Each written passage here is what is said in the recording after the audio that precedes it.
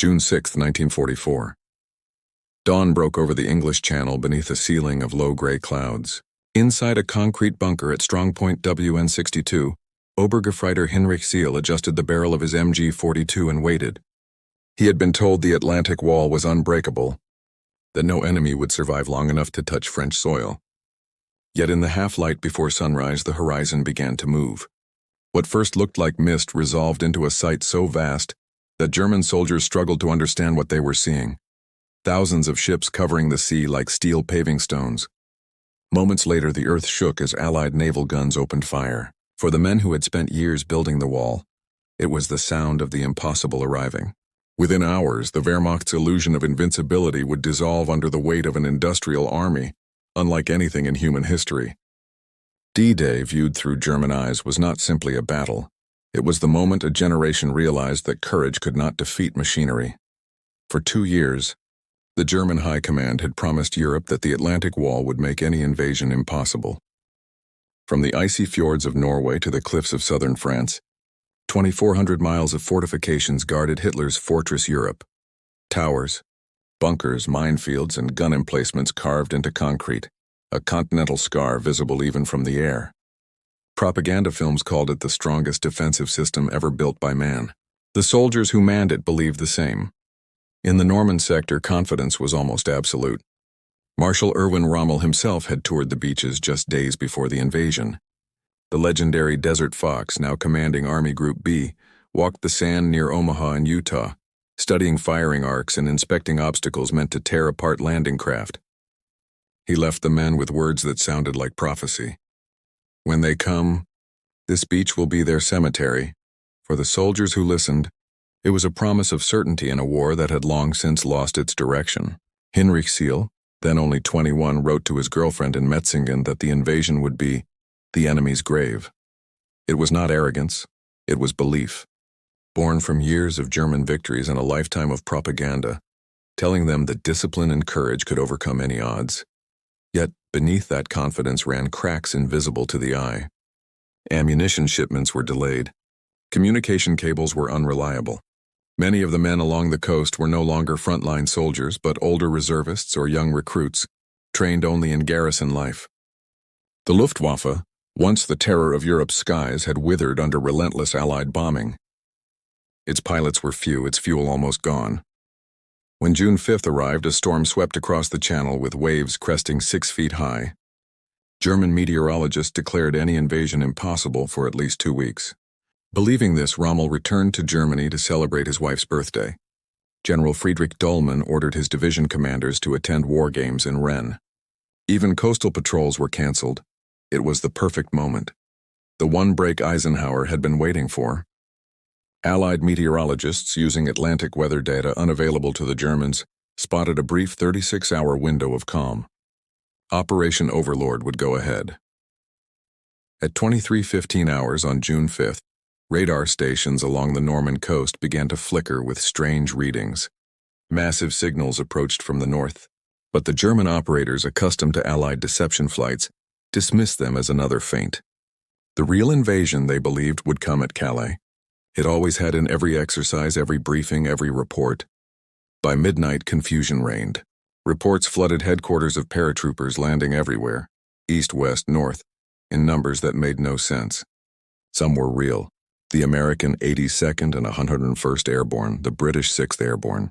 Others were rubber dummies dropped from the sky, weighted with firecrackers to simulate gunfire. The deception operations, Titanic and Rupert, worked perfectly. In the fog of that night, German command froze. No one could tell what was real. Major Hans von Luck, commanding the 125th Panzer Grenadier Regiment, later wrote, "We sat paralyzed by our own structure. Every minute we waited gave the enemy time to fortify, and still we waited." The invasion that was supposed to die on the beaches had already succeeded in the dark. As dawn approached on June 6, 1944, German lookouts along the Normandy coast began to notice a strange, growing vibration through the concrete beneath their boots. It was not thunder. The horizon itself seemed to move. At strongpoint WN62, Hinrich Seal peered through his gun slit toward the channel and froze. The sea was covered with ships. Not dozens, not hundreds, but thousands. They stretched from one end of the horizon to the other, a dark moving wall of steel and wake. A gray armada advancing silently toward France. To the men who had been told that an invasion could only come at Calais, the sight defied logic. Some called their commanding posts in disbelief. Others simply stared, unable to speak. One artillery officer, Bernhard Firking, would later tell his men, "It is the whole world coming across the sea." Moments later, at 05:35 hours, the sky split open. The Allied naval bombardment began, the most powerful in human history up to that point. Battleships like USS Texas and HMS Warspite fired shells so large that each impact lifted entire sections of coastline into the air. The concrete bunkers of the Atlantic Wall, once thought invincible, cracked like porcelain under the bombardment. The German defenders had never experienced anything like it. Even veterans from the Eastern Front said the ground fire at Sevastopol and Leningrad had not compared to this. Inside their bunkers, men covered their ears, screaming prayers drowned out by the deafening roar. For those few who survived the first hour, the psychological damage was irreparable. Then, through the dust and smoke, the first landing craft appeared. At 06:30, the ramps dropped, and the beaches came alive with movement. Thousands of American soldiers running into gunfire, waves, and chaos. Seal opened fire with his MG-42. His first burst cut down entire lines of men, then another and another. His gun overheated. He replaced the barrel, then again, and again. By the end of the day, he would claim to have fired over 13,000 rounds, his bunker surrounded by more than 13,000 empty shell casings, his weapon warped from the heat. While his claims of thousands of kills were exaggerated, historians estimate roughly 2,400 total American casualties at Omaha Beach from all causes. His experience was real, relentless, deafening, and utterly hopeless. Across Normandy, the German chain of command was collapsing. Radios failed. Telephone lines were cut. Allied bombers destroyed intersections, bridges, and every road capable of moving reinforcements. The Luftwaffe's promised air cover never came. Of the entire Luftwaffe's strength in France, only 319 sorties were launched that day, against nearly 15,000 Allied flights. Oberst Josef Pips Priller, one of Germany's top fighter aces, led the only recorded Luftwaffe attack on the beaches that morning. 2 FW-190s strafing Sword Beach once before retreating. It was an act of defiance more than strategy, a symbolic gesture that highlighted how powerless Germany had become. Rommel's vision of stopping the enemy on the beaches was already lost. The 21st Panzer Division, the only armored unit near the coast, did not move until nearly 10 a.m., due to Hitler's rigid control of armored reserves. By the time they advanced, the Allies had already established footholds, and the beaches were alive with tanks, artillery, and men. The Atlantic Wall, 4 years in the making, built from 17 million cubic meters of concrete and 1.2 million tons of steel, was crumbling in a single morning. By mid-afternoon, the soldiers who survived inside the bunkers no longer spoke of victory. They spoke only of endurance, of surviving until nightfall. For the first time, the myth of the impregnable Reich had met something it could not destroy. The German soldiers at Normandy were not witnessing just another battle. They were witnessing the collapse of an entire idea, the belief that courage and discipline alone could withstand an industrial empire. For the soldiers of the Atlantic Wall, the morning of June 6th was more than the beginning of an invasion. It was the unraveling of everything they had been told to believe about Germany's destiny. The first wave of reports reaching 7th Army headquarters in Le Mans were chaotic, contradictory, and terrifying. Paratroopers were said to be landing in every direction. Bridges were exploding behind German lines. Communications cut off entire divisions. For the men responsible for defending France, the map no longer made sense. Major Hans von Luck, whose 125th Panzer Grenadier Regiment was among the best-trained units in Normandy, described the paralysis that followed. The telephones kept ringing, but no one could tell what was true. We heard paratroopers had landed east of the Orne, west of Caen, near Bayeux, and even at Calais. It was impossible. We waited for clear orders. They never came. The reason was buried deep within the structure of the Third Reich's military machine. Hitler's obsession with centralized control had created a system incapable of reacting to real-time events. No division, No matter how desperate the circumstances could move armor without his explicit authorization, that authorization would not come until mid-morning, hours after the beaches had already fallen under Allied control. Even Rommel, the man tasked with defending the entire coastline, had been rendered powerless by bureaucracy. He had left for Germany the previous day to deliver birthday gifts to his wife, a pair of suede shoes, believing no invasion could come in such weather. When his staff finally reached him by telephone to report that the invasion had begun, it was already 10 a.m. Meanwhile, the men at the front were fighting alone. At Omaha Beach, Seal and his comrades in WN-62 clung to their positions through 9 hours of continuous fire. Their world had shrunk to the space between two walls of concrete, the burning smell of gunpowder and the mechanical rhythm of their MG-42s. Above them, destroyers fired shells so precisely that each round seemed aimed directly at their slit. Every explosion filled the air with pulverized cement. Dust turned the daylight orange. By early afternoon, the defenders faced an enemy that appeared endless. Each destroyed landing craft was replaced by 3 more. The sea itself seemed to deliver reinforcements without pause. German commanders referred to this mental collapse as material shock. Material shock? The breaking point reached when a soldier realized that his courage could not matter against such odds. Inside bunkers, men stared blankly at ammunition boxes now half empty. Machine gunners whose barrels glowed red from constant fire sat trembling, unable to reload. Radio operators screamed into static-filled headsets. Artillery crews counted their remaining shells on their fingers. Yet even as their positions fell one by one, most German soldiers did not retreat. Many fought until their ammunition was gone, then surrendered in silence. Others were buried alive when naval shells tore through their bunkers. Colonel Ernst Goth, commander of the 916th Grenadier Regiment near Bayeux, reported that his artillery batteries had theoretically enough firepower to deliver 120 rounds per minute onto the beaches, but his ammunition reserves were exhausted within 3 hours. Allied naval fire silenced every remaining gun by midday. When the 21st Panzer Division finally moved to counterattack that afternoon, they found the roads already choked with wreckage and burning vehicles. Allied fighter bombers, P-47 Thunderbolts and Typhoons, hunted every movement. Even when tanks managed to advance, they faced weapons they had never seen before. Modified Allied tanks known as Hobart's Funnies. These bizarre machines flailed mines, laid bridges, or spewed fire from flamethrowers. Against such technology, the German panzers looked suddenly primitive. Von Luck would later write, "The Allies fought like engineers, not warriors." Everything had been calculated, manufactured, and timed. It was war by arithmetic. In the bunkers and command posts, that arithmetic was becoming undeniable. For every German shell fired, the Allies answered with 50. For every tank destroyed, 5 more appeared on the beach. German soldiers began to understand that they were no longer fighting an army. They were fighting an entire industrial civilization. Even in the moments of German defiance, the imbalance was crushing. When 2 Luftwaffe fighters, the legendary Ace Priller and his wingman, made their lone strafing run over Sword Beach, soldiers on both sides paused to watch.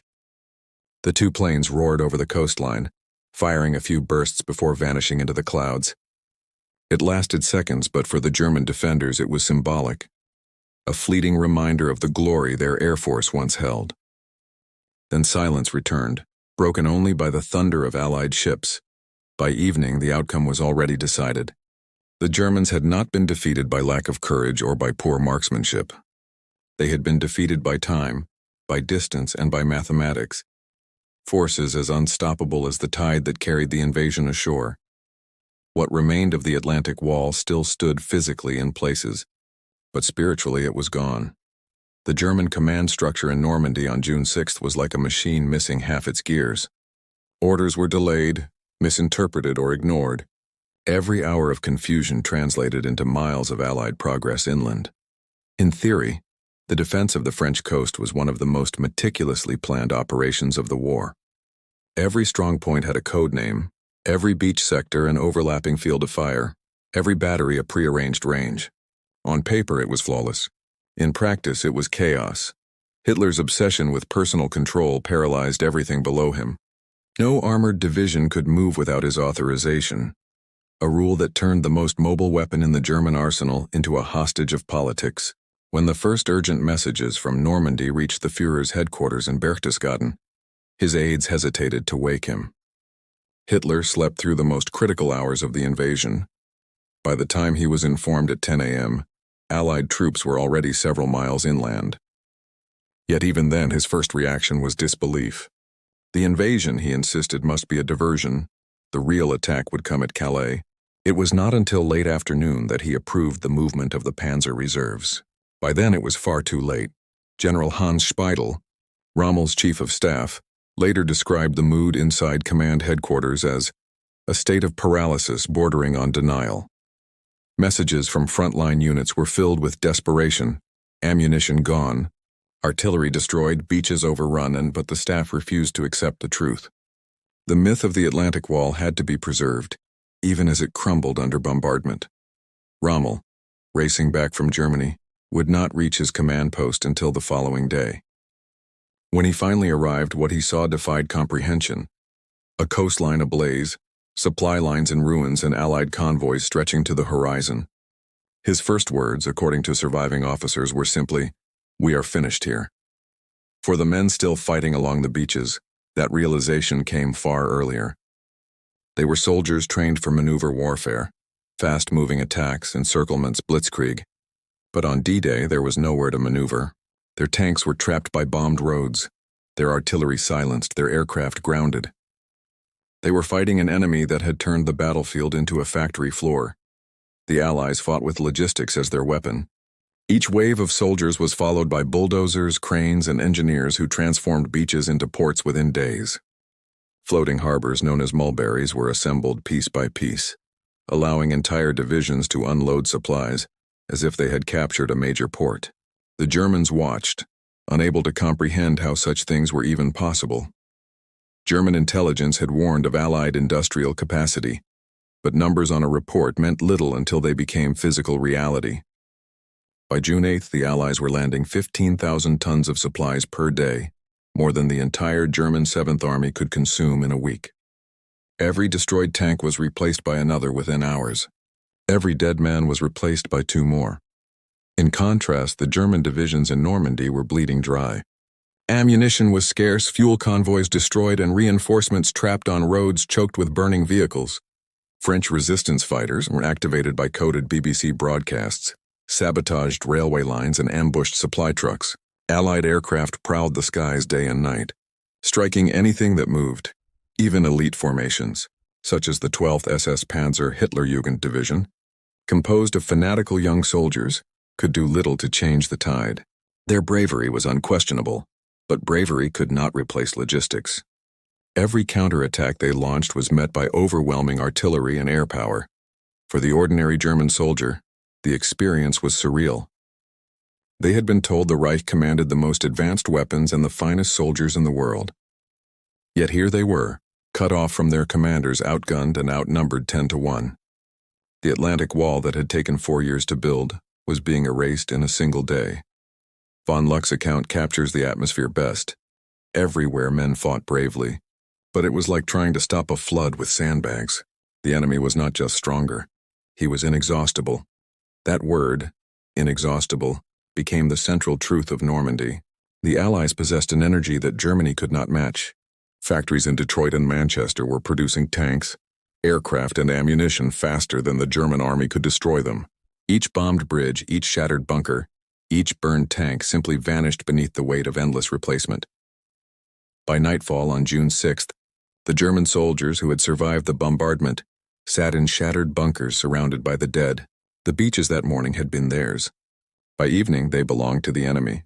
The Wehrmacht's illusion of invincibility, the myth forged in Poland, in France, in the deserts of North Africa, died not with a single battle, but under a tide of steel, oil, and men. In one day, the Germans learned the true cost of modern war.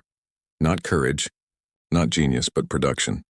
By midday on June 6th, the battle for Normandy had evolved from defense into survival. The once cohesive German front had fragmented into isolated strongpoints, tiny islands of resistance surrounded by an ocean of Allied power. At Omaha Beach, the fighting reached its most horrific intensity. Smoke blanketed the shoreline, rising from burning landing craft and shattered bunkers. The sand itself seemed to breathe, each new wave of soldiers advancing, falling, and being replaced by the next.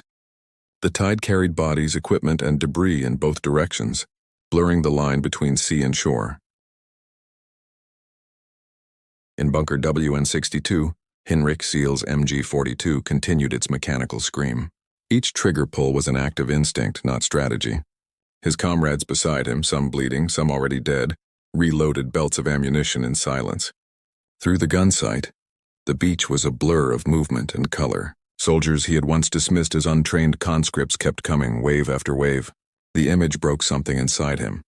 By 1 p.m., the first American engineers had breached the minefields.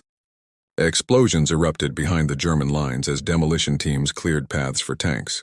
Destroyers moving dangerously close to shore fired point-blank into the cliffs.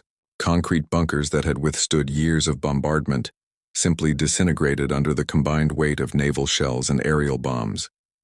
At Pointe du Hoc, the 2nd U.S. Rangers scaled cliffs under machine gun fire. Capturing positions thought unreachable, the German gunners who survived watched in disbelief as the Americans hauled ropes, grenades, and rifles up sheer rock faces. Within hours, the coastal guns were silent. To the German soldiers who had spent years fortifying these defenses, it was as though the laws of war had changed overnight. The Atlantic Wall, built on Hitler's dream of a fortress, was being reduced to rubble in front of their eyes. Across the front, similar scenes played out. The 352nd Infantry Division defending Omaha reported catastrophic losses. Entire companies were annihilated. Their regimental commander, Colonel Goth, tried to rally survivors for a counterattack but found only fragments of units left. "Our positions no longer exist," one of his officers reported flatly. Further east near Sword and Juno beaches, the 21st Panzer Division finally began to move. But the hours of delay had already doomed them. Allied aircraft, circling like hawks, spotted the column almost immediately. Typhoon fighter bombers swooped down, launching rockets into the convoy. The road erupted in fire. Tanks and half-tracks exploded one after another, blocking the path of those behind. When the division finally reached the coast that evening, they caught sight of something that extinguished their last hope. Gliders descending in massive waves. Operation Mallard, the British reinforcement by air, was arriving. To the weary German tankers, the sight of hundreds of gliders sweeping across the sky looked like a vision of endless replacement. Believing they were about to be encircled, the panzers withdrew. The Luftwaffe, once the pride of the Reich, was all but absent. The day's total German air activity consisted of a handful of reconnaissance flights and one brief symbolic attack by Priller and his wingman. In contrast, the Allies flew 14,674 sorties in 24 hours. The sky itself belonged to the invaders. As afternoon turned to evening, the reports reaching German headquarters grew increasingly desperate. Ammunition nearly gone. Artillery destroyed. Enemy armor advancing inland. Command posts overrun. Communications silent. General Wilhelm Richter of the 716th Division summed it up in a single message to Army Group B. Combat strength, 35%. Artillery 90% destroyed. All coastal strongpoints lost. Enemy advancing inland. The statistics told a story that words could barely contain. The truth, however, ran deeper than numbers. The German soldiers on those beaches were confronting a revelation that went beyond military defeat. They were witnessing the birth of a new kind of warfare, one in which technology and production mattered more than bravery or strategy. Rommel's Atlantic Wall had been built with conviction, but conviction could not stop steel, and concrete could not stop progress. By the night of June 6th, the outcome was no longer in doubt. The Allies had established 5 beachheads, each connected by streams of men and machines. The beaches that morning had belonged to Germany. By evening, they belonged to the world. Seal and a handful of survivors were eventually pulled from their shattered bunker. Behind them lay a field of destruction. Twisted weapons, burned helmets, and the endless echo of artillery fading into the night. The young gunner who had begun the day with confidence ended it in silence, his hands shaking uncontrollably. He later wrote that as darkness fell over Omaha, he realized the battle was not just lost, it had never been winnable. When darkness fell on June 6, 1944, The beaches of Normandy were no longer German soil. They were the staging ground for the liberation of Europe. But inland, amid shattered villages and burning fields, scattered German units still fought on, clinging to orders that no longer made sense. Through the night, counterattacks were organized in fragments.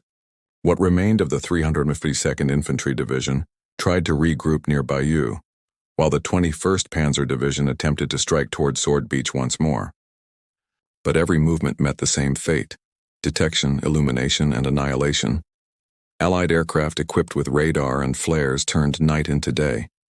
German troops advancing under cover of darkness found themselves lit up like targets on a shooting range.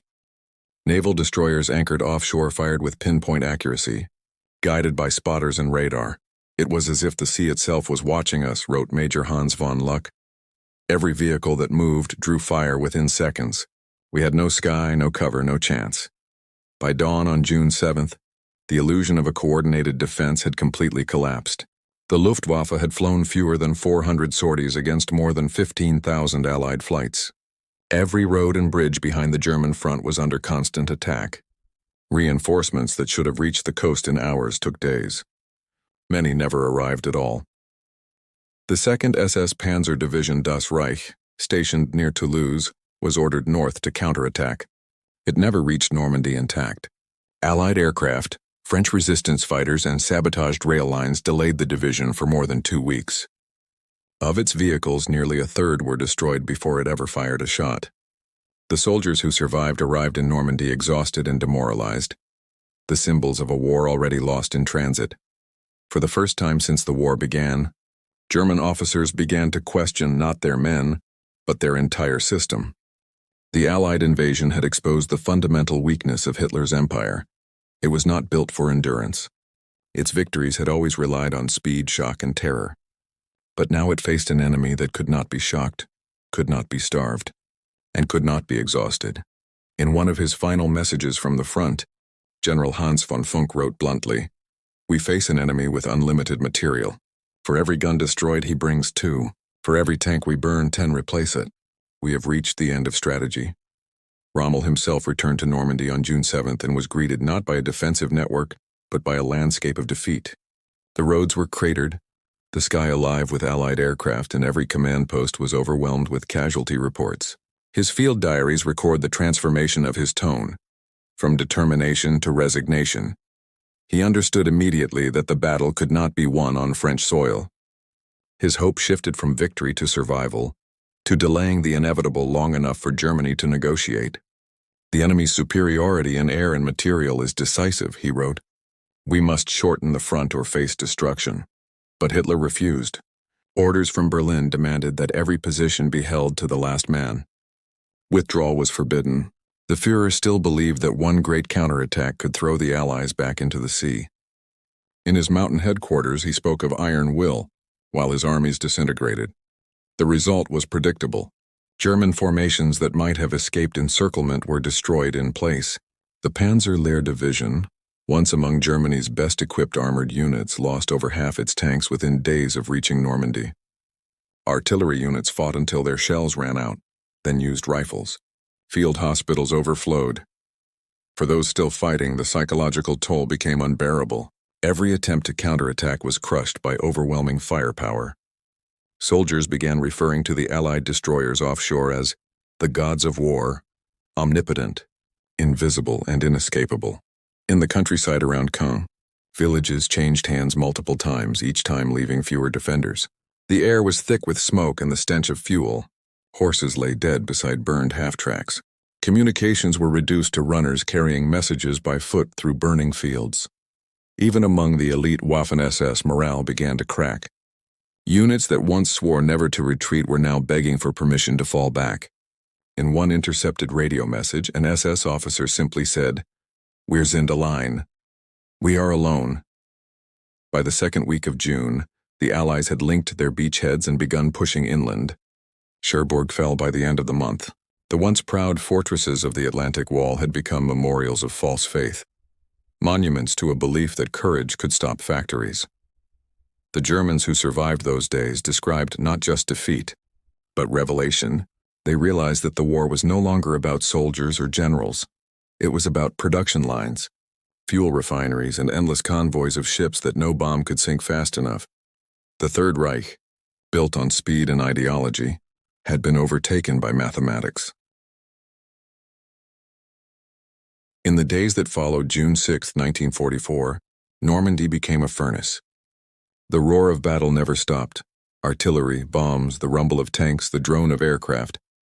The beaches that had once been German defensive zones were now sprawling ports, unloading men and machines in an unending tide.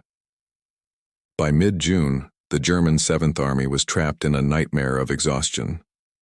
Its divisions were fragmented, its communications shattered, and its commanders isolated. The once proud units of the Wehrmacht, the 352nd, the 716th, the 21st Panzer, existed now only as shadows of their former strength. Every day the Allied beach had expanded. Every night the German front line shrank. Rommel's reports to Berlin grew darker. His field diaries from mid-June describe an army being buried alive under the weight of Allied firepower. The enemy dominates the air entirely. Every movement, every vehicle is seen and attacked. Ammunition is low, fuel nearly gone. Our divisions are no longer divisions but scattered groups of men. The Luftwaffe, once Europe's terror, had become a ghost. In the entire Normandy campaign, it would fly barely a tenth of the sorties it had managed during the Battle of Britain. Allied fighter bombers, the Jabos as German soldiers called them, ruled the daylight skies, destroying any convoy, tank, or even single motorbike that dared to move. The psychological impact of this domination was devastating. German soldiers began to equate movement with death. Tanks were camouflaged with branches and left idle during the day, advancing only under moonlight. Supply trucks were abandoned after running out of fuel or destroyed by their own crews to prevent capture. On the ground, discipline frayed. Some units fought with fanatical courage, others simply collapsed. Reports from the front describe officers without radios, commanding by messengers on bicycles. Ammunition dumps were captured intact because retreating soldiers no longer had the strength to destroy them. For the Allied armies, the landings were just the beginning. They had established a foothold, but now they needed to break out, to move beyond the hedgerows and farmland of Normandy into open country. Operation Cobra, launched in late July, would achieve that, but by then the German army was already bleeding out. By June 12th, just 6 days after D-Day, the Germans had lost 26,000 men, killed, wounded, or missing. That was the equivalent of 2 entire divisions erased in less than a week. For every man they lost, the Allies landed 3 more. Morale disintegrated. The 6th Parachute Regiment, once among Germany's elite, reported to higher command that it had ceased to exist as a fighting unit. Its survivors were scattered, its leadership dead or captured. Rommel's frustration turned to despair. In a message to Field Marshal von Rundstedt, he wrote, "The enemy has complete mastery of the air, of the sea, and soon of the ground. Our troops are fighting bravely, but the outcome is inevitable unless political action intervenes." That phrase, political action, hinted at something deeper. Rommel knew that the military situation could no longer be saved. His only hope was to convince Hitler to end the war before Germany was destroyed. But Berlin refused even to discuss withdrawal. Then on July 17th, fate struck again. As Rommel's staff car moved along a country road near Livarot, it was attacked by Allied aircraft. The bullets shattered the windshield and shrapnel tore into Rommel's skull. The man who had once been the symbol of Germany's tactical genius was carried away unconscious, never to return to the front. His removal left the army in chaos. No one possessed his authority or his realism. His replacement, Field Marshal Günther von Kluge, inherited a front already collapsing under its own weight. The Allies were preparing their breakout. The Germans were preparing for annihilation. By late July 1944, the German army in Normandy was no longer fighting a campaign. It was enduring a catastrophe. The Allied bombardments had turned fields into craters, villages into ash, and roads into graveyards of steel. The smell of oil and death hung over everything. On July 25th, Operation Cobra began. The U.S. First Army unleashed a storm of steel. More than 1,500 heavy bombers, 380 medium bombers, and 550 fighter bombers dropped over 4,000 tons of explosives in a few hours. The German front line simply disintegrated. General Fritz Bayerlein, commander of the elite Panzer Division, later said that no words could describe what followed. The earth opened and swallowed men and machines. Those who survived were not soldiers anymore. They were broken men. Within days, the Allies broke through the German lines at St. Lo. The carefully constructed defensive grid of the Atlantic Wall had dissolved into chaos. The once formidable divisions of the Wehrmacht were now scattered remnants, their retreat paths clogged with wreckage and wounded. The Germans tried desperately to form new defensive lines, but the air belonged entirely to the Allies. Any daylight movement drew immediate attack. Convoys burned where they stood, railways lay twisted from bombing, and fuel depots exploded in fireballs visible for miles. For the German command, it was the collapse they had feared since the invasion began. Rundstedt, the senior commander in the West, was dismissed after telling Berlin, "Make peace, you fools." His replacement, von Kluge, could only watch as his forces disintegrated around him. The destruction reached its peak in August, in what became known as the Falaise Pocket. As the Allies advanced from the west and south, the German 7th Army and 5th Panzer Army found themselves trapped. Over 100,000 German troops were encircled. From August 12th to the 21st, the pocket became a slaughterhouse. Allied artillery pounded the retreating columns without pause.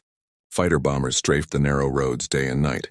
Horses, trucks, and tanks jammed together in burning heaps. Soldiers tried to escape through the smoke, many abandoning their weapons and running on foot. A German officer who survived described it simply: the world was ending. There were no formations anymore, only survivors.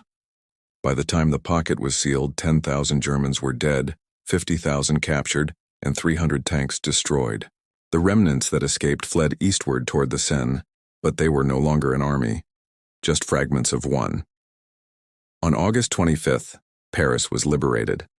The German garrison surrendered without significant resistance. What had taken Hitler's armies 4 years to conquer had been lost in less than 3 months. The numbers told the rest of the story.